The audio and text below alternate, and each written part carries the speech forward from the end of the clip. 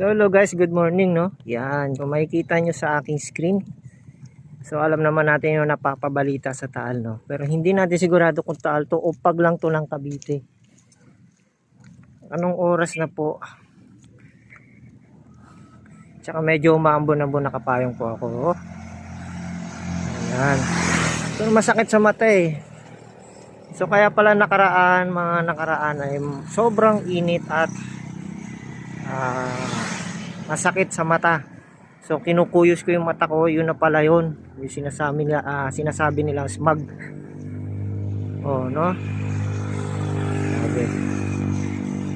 So kailangan daw mag N95 mask, kaso hindi ako naka N95 mask lang na natural na meron ako ngayon.